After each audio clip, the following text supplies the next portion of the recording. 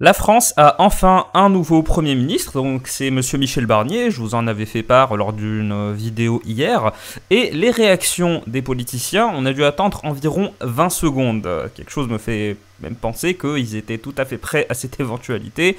Après tout, ils ont des gens qui sont employés pour ça. Donc aujourd'hui, on va faire un top 10, donc ce sera vraiment un top 10, mais bon, ce sera pas réellement exhaustif, hein, c'est-à-dire on va juste passer en revue les différentes réactions des politiciens. On va aller à peu près de gauche à droite, mais bon, j'ai pas trop fait attention à l'ordre en espérant. Mais par contre, ce sera vraiment 10 réactions de 10 politiciens. Donc je suis désolé pour le fond vert qui fait un petit peu n'importe quoi.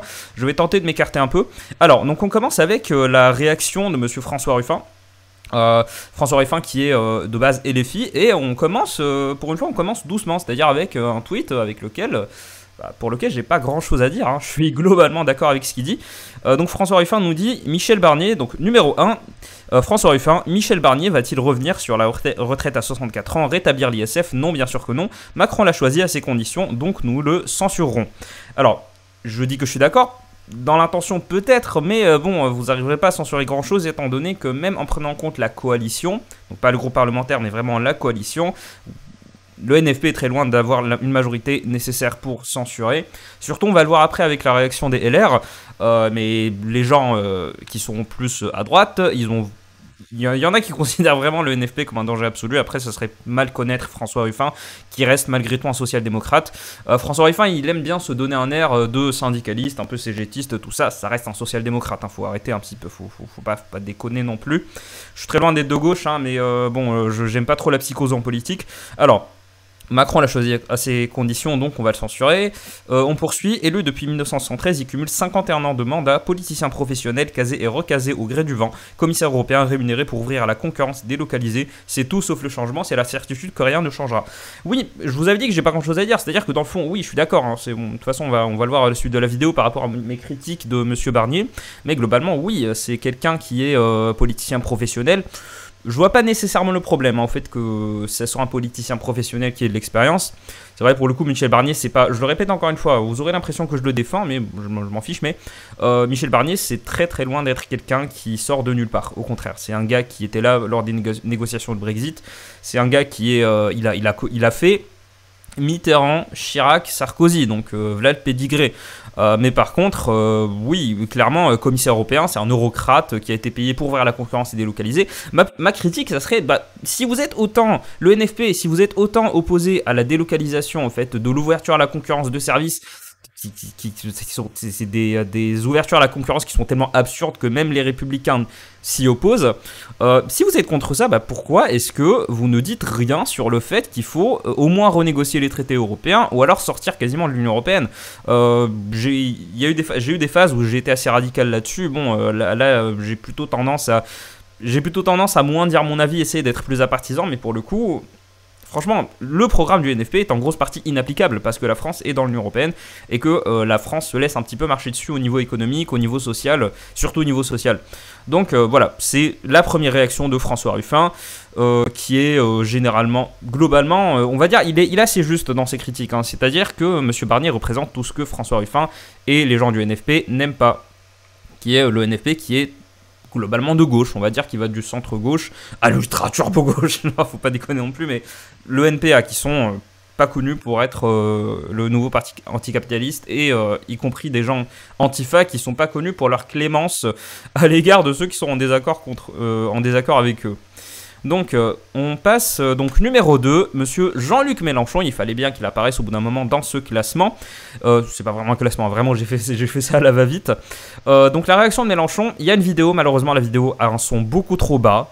Je peux pas me permettre en plein tournage comme ça de modifier le calibrage du son. Ça va juste vous ennuyer. Donc à la place de regarder la vidéo, de toute façon je compte réserver un segment de vidéo entier à la vidéo de Jean-Luc Mélenchon qui est plus long que ça. Là, on a un extrait d'une minute, mais globalement, il insiste sur un point qui est important, c'est le fait que les Républicains, donc le parti d'où est issu monsieur Michel Barnier, que c'est le parti qui a été le dernier à l'élection législative. Alors, législatives, pardon, c'est pas exactement le cas. On a des micro-formations qui ont fait un score nettement moins élevé que les Républicains, qui sont à un peu plus de 40, je crois. On avait dit que c'était 39, mais non, c'est plutôt 40, je crois même que c'est 47 sièges. Il n'en reste pas moins qui sont pas minoritaires, ils sont ultra minoritaires, les Républicains à l'Assemblée nationale.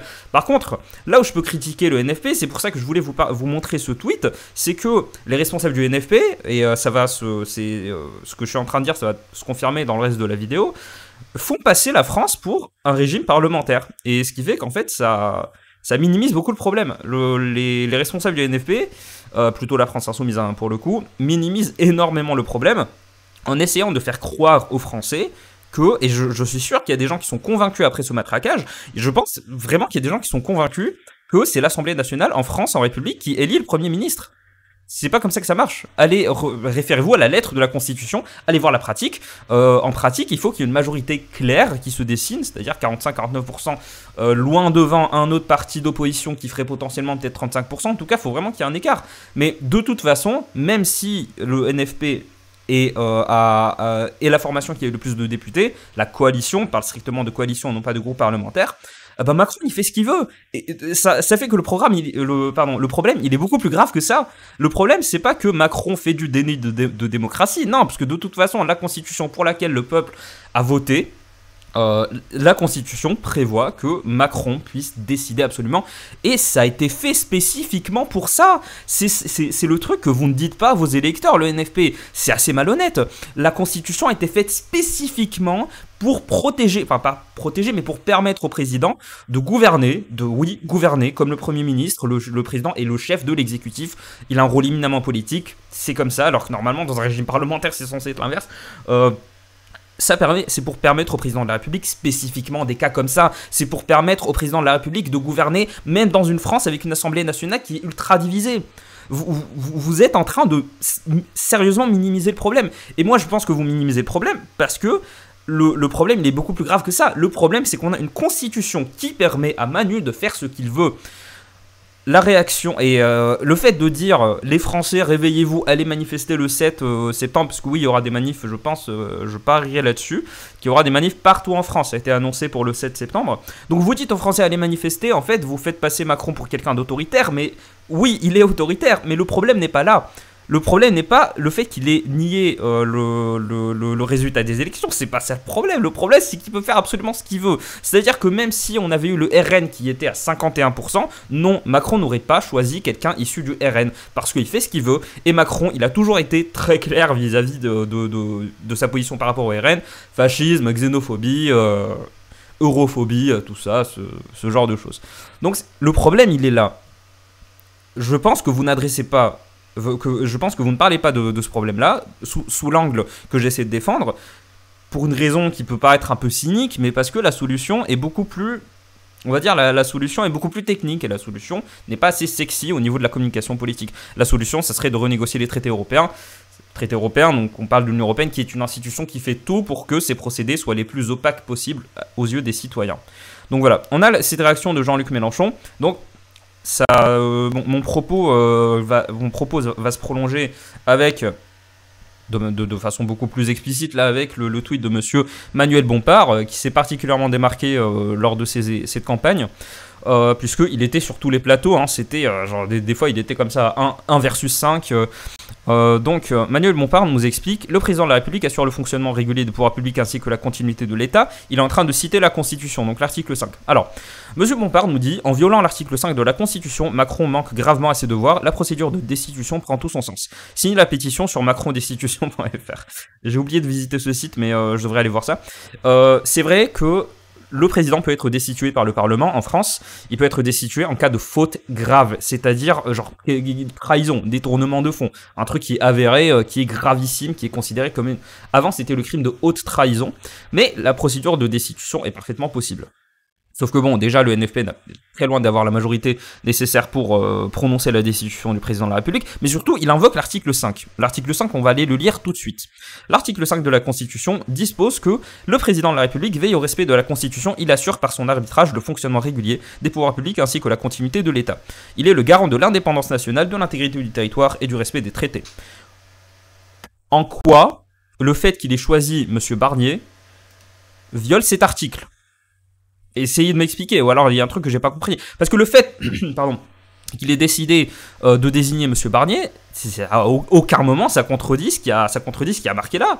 Vous me le dites si je me trompe, vous me le dites s'il y a peut-être, je sais pas, après tout je suis un peu con, peut-être qu'il y a un truc que j'ai raté, je sais pas, mais dites-moi, sérieusement quoi.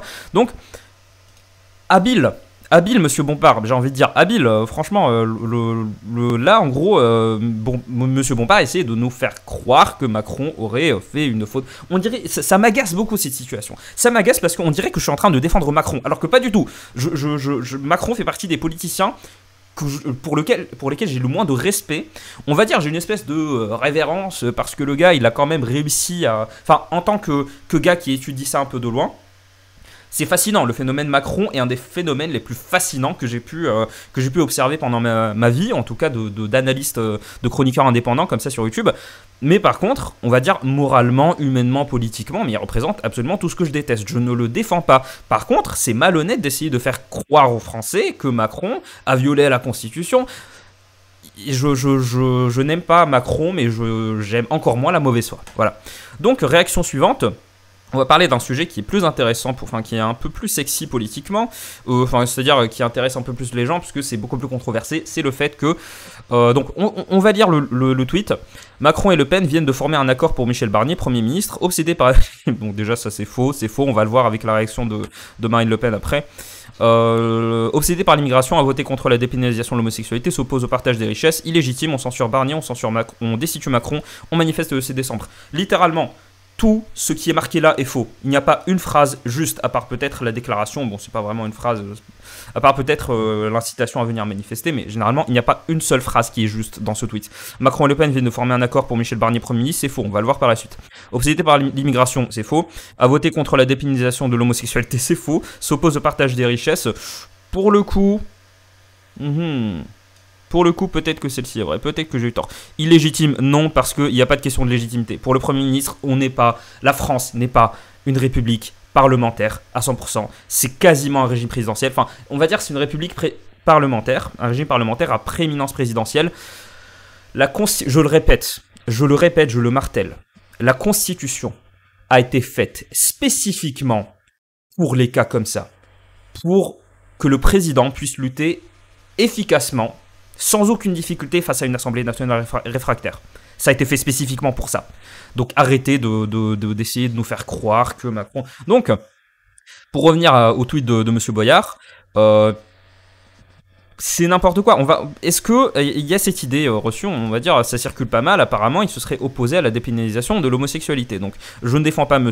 Michel Barnier, j'ai été assez clair sur ma dernière vidéo, sur le fait que M. Barnier représente à peu près tout ce que je déteste, on va dire, dans mon classement de la détestation, il y a Macron et Michel Barnier, il est environ 2 mm en dessous, donc je le déteste un petit peu moins. C'est pas sa personne, hein, c'est juste ceux qui représentent ses idées, voilà, pas de haine, je ne hais personne, faut pas haïr les gens comme ça, c'est une question de représentation, on va dire au niveau des idées. Donc, certains dans le réseau macroniste font actuellement circuler cette archive. En 81, Michel Barnier a voté contre la dépénalisation de l'homosexualité, c'est complètement faux. On a ce tweet qui permet de rétablir la vérité. Il s'agissait de maintenir un alinéa incriminant les relations sexuelles entre un majeur et un mineur du même sexe. À la place de Michel Barnier, je vous foutrais un procès au cul. Monsieur Barnier serait tout à fait en droit de poursuivre Monsieur Boyard pour diffamation, puisqu'il n'a pas voté contre la dépénalisation de l'homosexualité, il a voté contre une clause qui permet d'abaisser la majorité sexuelle en cas d'acte homosexuel. Donc normalement, il me semble que c'est 15-16 ans la majorité sexuelle. Ils l'ont fait passer de 18 à 16 ans pour les actes homosexuels. Moi de base, je suis assez d'accord avec lui parce que de base, moi je pense que la majorité sexuelle devrait être à peu près à 18 ans et encore je suis très très très généreux là-dessus. Donc voilà, faut quand même rétablir la vérité. Il y a des gens que je n'aime pas pour ce qu'ils représentent. Enfin, il y a des gens, je n'aime pas ce qu'ils représentent, pardon. J'essaie de changer un peu ma rhétorique là-dessus. Il y a des gens, je déteste ce qu'ils représentent. Par contre, il y a une chose que je déteste par-dessus tout, c'est la mauvaise foi, c'est la malhonnêteté, vous appelez ça comme vous voulez. Le fait de savoir consciemment qu'une information est fausse et quand même la mettre en avant pour discréditer quelqu'un. Il n'y a pas... S'il y a une forme de comportement qui est à l'inverse de la charité que je chéris tant, c'est bien celle-ci. Ensuite, on a la réaction de Monsieur Olivier Faure avec cette vidéo. Heureusement, elle est un calibrage sonore assez élevé. On va pouvoir la visionner ensemble. C'est une trahison démocratique. Vous avez en fait aujourd'hui à la fois quelqu'un qui n'appartient pas évidemment au Front populaire, qui est arrivé en tête de l'élection, mais même qui n'a même pas participé au Front républicain de second tour. Et c'est un parti qui a fait 5% dans l'élection législative, qui va maintenant diriger la France. Comment voulez-vous qu'on le prenne autrement ? C'est assez paradoxal qu'il parle de front républicain, sachant que pendant les législatives, s'il y avait une chose qui était claire, c'était que les acteurs du front républicain, c'est-à-dire des radicaux de gauche, des radicaux, c'est-à-dire radicales, c'est-à-dire centristes quand on parle de la République, donc centre-gauche, des socialistes qui ne faisaient pas partie du NFP, des centristes, en fait tout ça, tout ce bloc républicain qui a été repris par la suite par Édouard Philippe et par Gabriel Attal, tous ces espèces de blocs républicains, mais en fait, le NFP en avait été exclu. Donc pourquoi est-ce qu'il soulève ça? C'est curieux. Diriger la France, comment voulez-vous qu'on le prenne autrement? C'est effectivement un déni démocratique. Imaginez ces Français qui sont venus au secours de la République, au deuxième tour de l'élection législative, à qui on a dit « venez voter », y compris pour des gens qui votent, enfin qui sont des élus de droite, et voire même de droite dure avec Laurent Wauquiez. On leur a dit d'aller voter parce qu'il fallait battre le Front National. Et aujourd'hui, le Rassemblement National. Le Rassemblement National, si vous voulez. La réalité, c'est que ces gens-là, on est en train de leur dire que quoi qu'ils votent, quoi qu'ils fassent, en réalité, rien ne change. C'est une... Oui, à la fois, je suis très d'accord avec le fond. Qu'importe ce que tu votes à l'Assemblée nationale, rien ne change. Pourquoi ? Parce que ce n'est pas une élection de président de la République. C'est pas une élection, on n'élit pas une personne. C'est pas comme ça que la République fonctionne. La Constitution de la Ve République a été faite pour que le Premier ministre soit un collaborateur du président de la République. Ça, c'est confirmé. Après, l'inversion des calendriers, quand les élections législatives ont lieu à peu près 2 mois il me semble, après les élections présidentielles. Ce qui fait que, en 2 mois, les gens, ils n'ont pas le temps de changer d'avis. Donc forcément, ils vont voter pour le même gars. Donc ils vont voter pour un Premier ministre qui est issu de la majorité, c'est-à-dire la majorité des votes, c'est-à-dire celui qui va gagner l'élection présidentielle. Il peut y avoir des surprises, bien évidemment. Par exemple, mettons qu'en 2027, ça soit Jordan Bardella qui soit élu.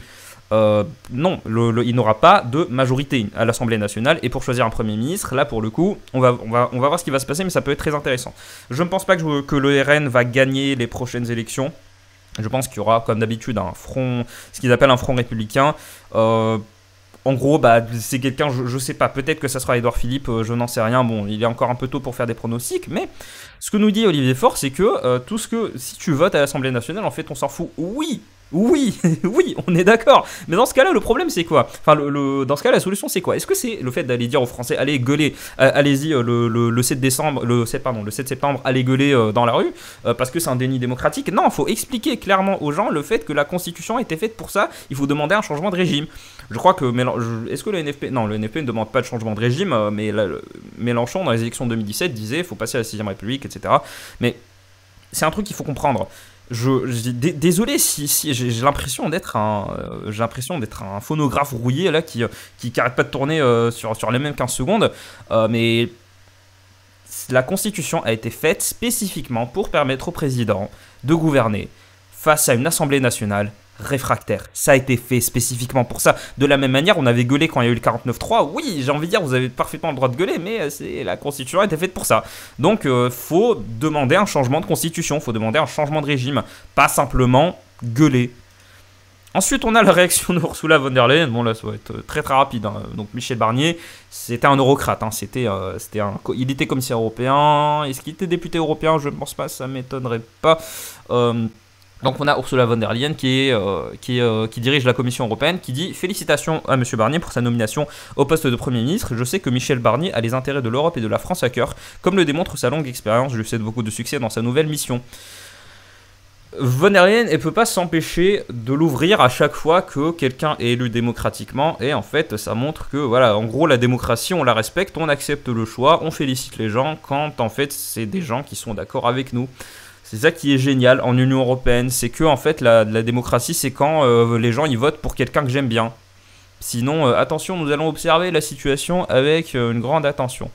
Alors, pas grand chose d'étonnant, puisque voilà, c'est Tata qui félicite Tonton. Il n'y a pas grand chose à dire. Faut pas oublier, mais voilà, Michel Barnier, Michel Barnier, il fait partie des LR un peu particuliers. C'est des LR qui sont c'est pas vraiment même si ça fait très longtemps qu'il est là, mais il fait partie des LR, on va dire la version moderne, mondialisation plus, intégration européenne plus, et voilà, c'est pas étonnant que Madame von der Leyen comme ça le félicite. Bon, rien d'étonnant là-dessus.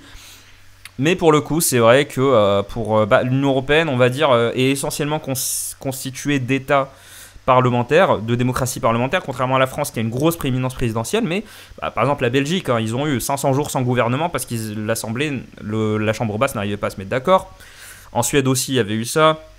Les Pays-Bas, il me semble que c'est une république parlementaire aussi. Donc, la France, c'est plutôt une exception. Donc, c'est assez marrant d'avoir, surtout que l'objectif de l'Union européenne, c'est que les systèmes politiques soient homogénéisés.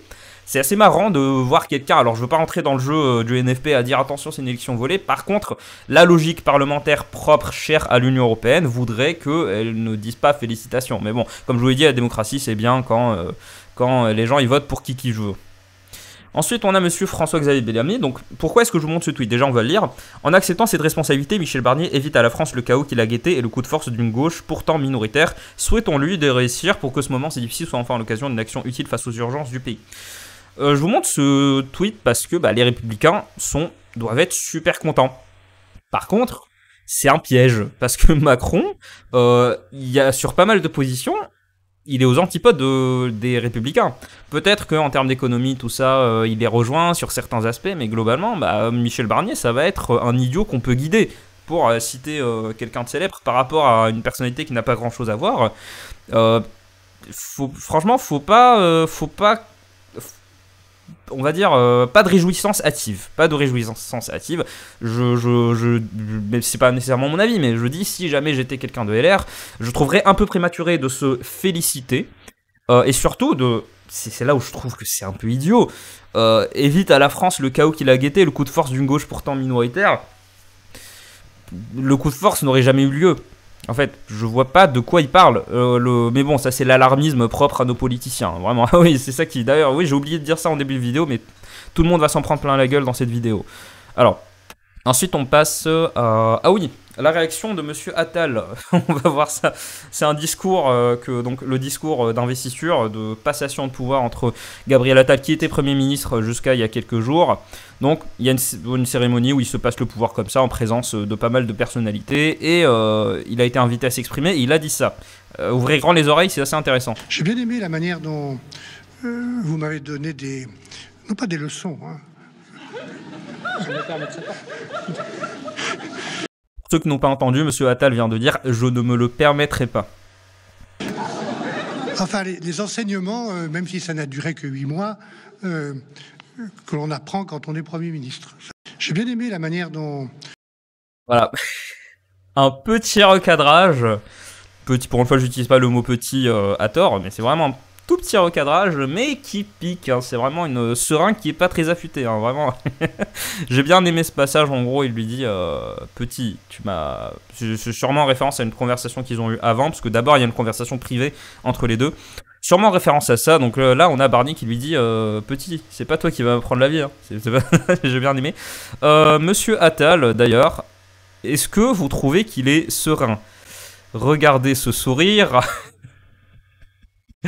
Regardez ce sourire. Alors je sais, il y a quelque chose d'assez protocolaire là-dedans, mais regardez-moi ça. Sérieusement, est-ce que Monsieur Attal a l'air d'apprécier Monsieur Barnier? Est-ce que... Non, il est pas content. Gabriel Attal, il n'aurait pas rechigné au fait d'occuper Matignon encore quelques mois, voire quelques années de plus. Après, les premiers ministres sous Macron, ils ont tendance à pas durer plus de 2 ans. Donc voilà. J'ai bien aimé ce passage, donc c'est le passage un petit peu clash, un petit peu politique politicienne, procédurale de la vérité, de la réalité. Ensuite, on a le tweet de monsieur Jordan Bardella. Alors, la réaction du RN, je ne la comprends pas, vraiment. Après une attente interminable, indigne d'une grande démocratie, nous prenons acte de la nomination de Michel Barnier comme Premier ministre d'Emmanuel Macron. Donc déjà...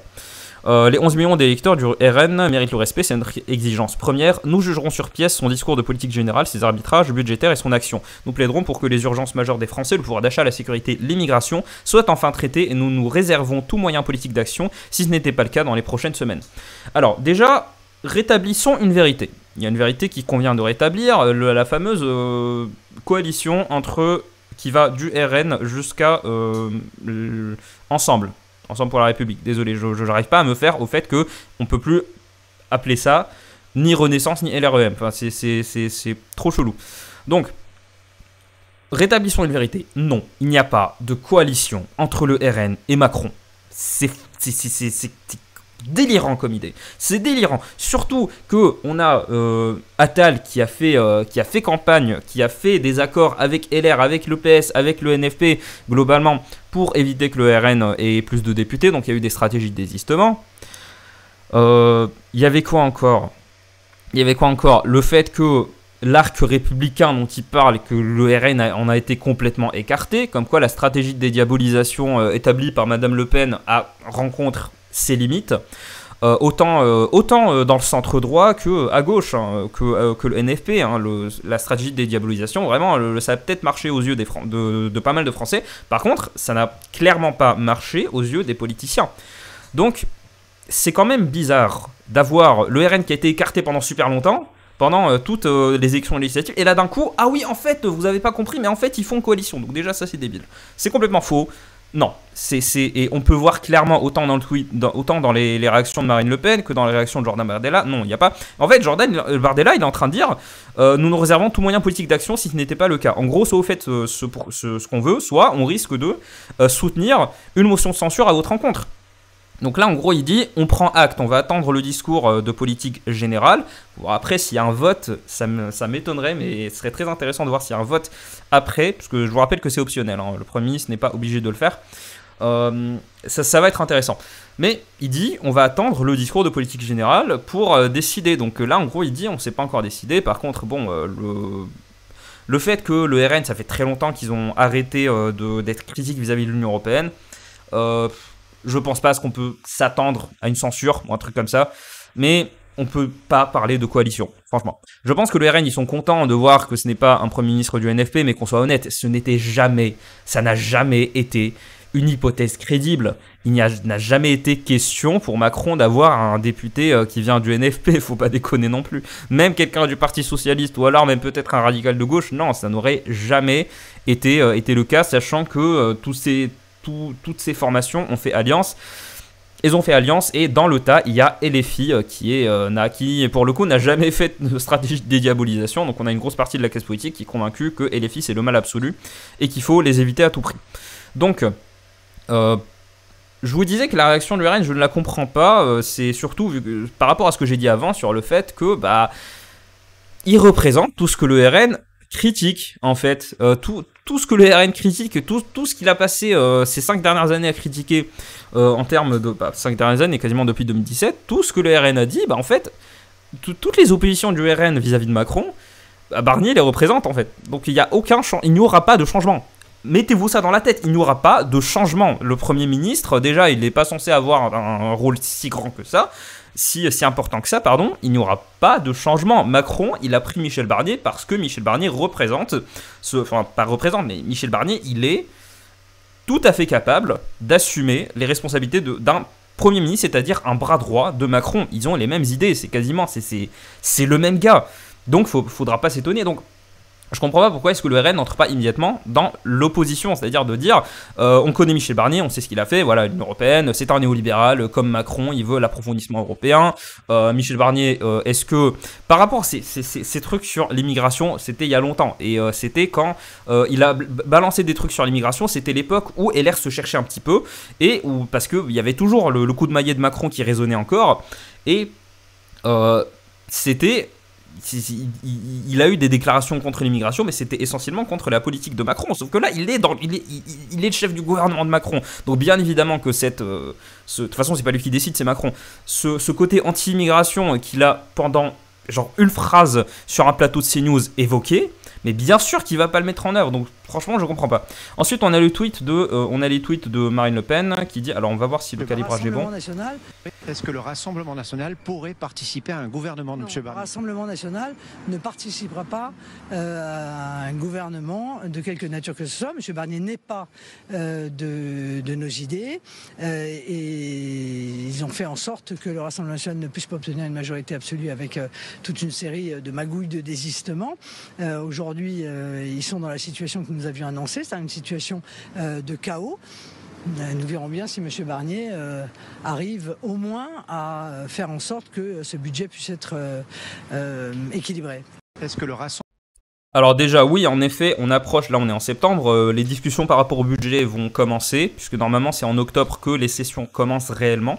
On va voir comment ça va se passer au niveau du budget, ça va être assez technique. Sur ma chaîne je vais essayer de vulgariser un petit peu pour rendre la chose un peu plus attrayante. Mais voilà, en gros Marine Le Pen il dit on ne participera pas à un gouvernement de Barnier.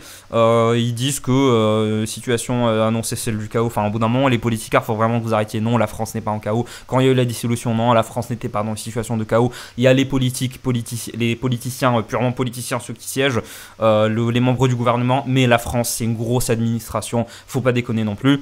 Faut arrêter avec ces formules sorties de l'emporte-pièce, hein. Franchement ça commence à être assez agaçant. Mais encore une fois, je pense qu'on a été totalement transparent. On a demandé à ce que nos électeurs soient respectés. C'était le premier critère. Le deuxième critère était un Premier ministre qui s'intéresse à la modification du mode de scrutin parce qu'on ne peut pas envisager de ne pas tenir compte de ce qui s'est passé. Il faut que la France puisse, demain, lorsqu'il y aura une dissolution, obtenir une majorité claire pour la gouverner. Et évidemment, les sujets de fond qui nous intéressent fondamentalement sont ceux de la prise en considération de l'immigration hors contrôle, de l'insécurité qui explose, et évidemment de la préservation du pouvoir d'achat des Français.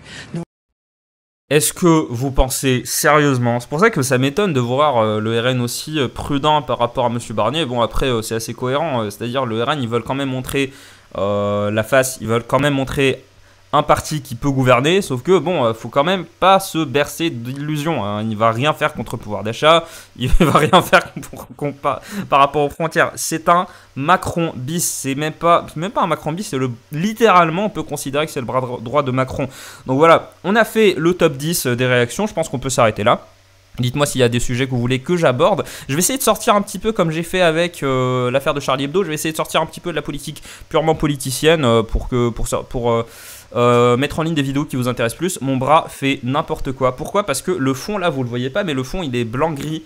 Et du coup le fond vert, on va dire l'IA qui contrôle l'image, elle n'arrive pas à savoir si mon bras c'est le mur ou pas.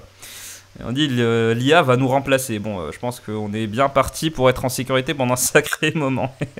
On se dit à tout à l'heure pour la prochaine vidéo. D'ici là, prenez le temps d'ouvrir un bon coup. Ça vaudra tout le temps le coup de le faire. De toute façon, il n'y a pas grand chose d'autre à faire en ce moment. Salut!